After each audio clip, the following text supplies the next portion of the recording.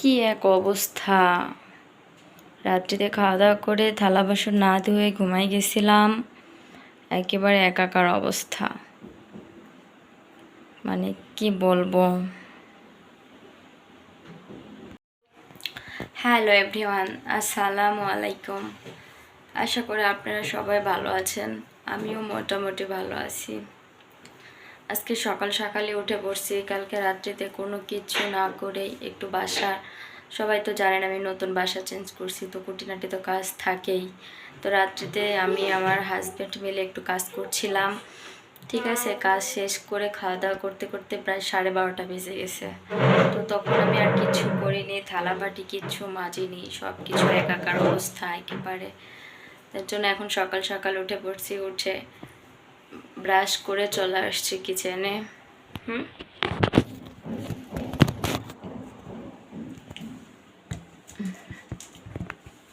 কি বলবো, একেবারে একাকার অবস্থা। জি, আমি হচ্ছে উপরে ইয়াতের বাড়ি গেলাম। না না, এখন আমরা বাইরে যাব না, আমরা শহরে যাব মা।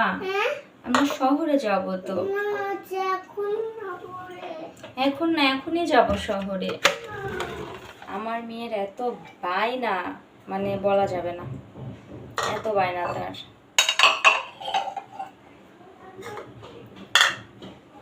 প্রচুর বায়না।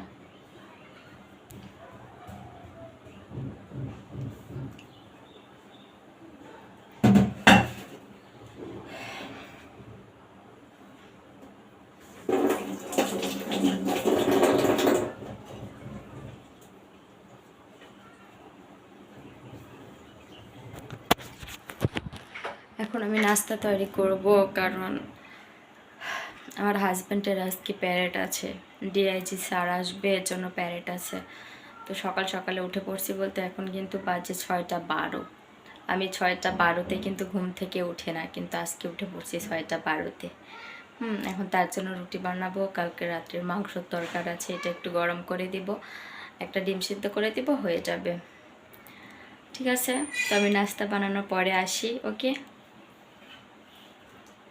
নাস্তা শেষ করে এসে দেখতেছি আমার মেয়ে ঘুম থেকে উঠে পড়ছে। মাশাআল্লাহ। এই যে সোনা মা, তাকাও, ঘুম হয়েছে? হ্যাঁ, ভালো হয়েছে ঘুম? ভালো হয়েছে? তাকাও, ঘুম ভালো হয়েছে। এখন কি করবা? উঠবা? উঠবা না? উঠে কি করবা মা? উঠে কি করবা? হ্যাঁ, এখানে কি হয়েছে দেখি, এই জায়গাটা ইসরে। উঠবা না? উঠো, উঠো, উঠো, উঠো। ওলে বাবা, লে বাবা, উঠে পড়ছে, উঠে পড়ছে।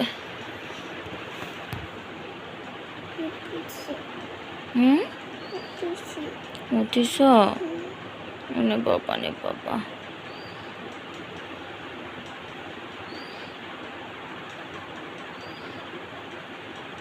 ভালো লাগছে না?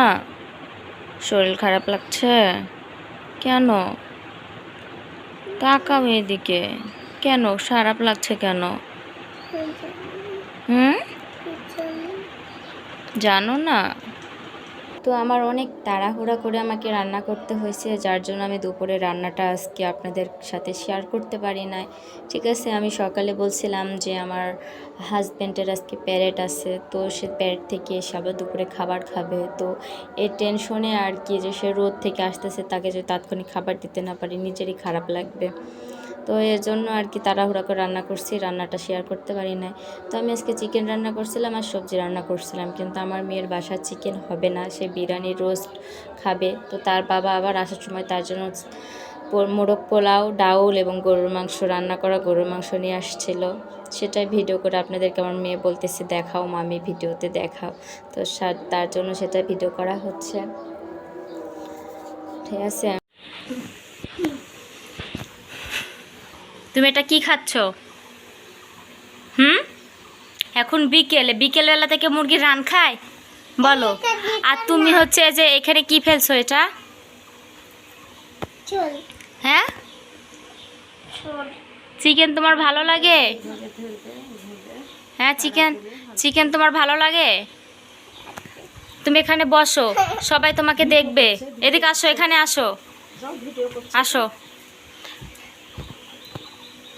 দেখি রানটা দেখাও, পুরোটা দেখাও যে তুমি কত বড় রান খাচ্ছ। দেখো, ওইভাবে চেড়ে দেখাইতে হয়। উরে বাবা রে বাবা, তুমি এতটা পুরোটা শেষ করতে পারবা? হ্যাঁ, মনে তো হয় না পারবা। আমার মেয়ে দুপুরে খাওয়া দাওয়া শেষ করে আমার আম্মু আসছে, ঠিক আছে, আমাদের বাসায় বেড়াতে। গত 8 দিন হচ্ছে, বাসা যেদিন চেঞ্জ করি সেদিন তার নানুকে পুটে বিকেলবেলাতে এসে তার নানুর কাছ থেকে রান নিয়ে সে রান খাচ্ছে সোফার রুমে চুপ করে বসে থেকে। তো ভিডিওটা আজকে এখানে শেষ করতেছি। সবাই ভালো থাকবেন এবং আমার দুষ্টু মেয়ের জন্য সবাই অনেক বেশি বেশি দোয়া করবেন। আর আমার দিক থেকেও আপনাদের জন্য অনেক বেশি দোয়া রইল, ঠিক আছে। আর আরেকটা কথা, আমার ভিডিও দেখার আগে অবশ্যই সবাই ভিডিওটা লাইক কমেন্ট করে দিবেন। আর কে কোথায় থেকে দেখছেন অবশ্যই কমেন্ট করে জানাবেন, কমেন্ট করতে ভুলবেন না। হ্যাঁ, ভিডিওটা এখানে শেষ করছি। আল্লাহ হাফেজ।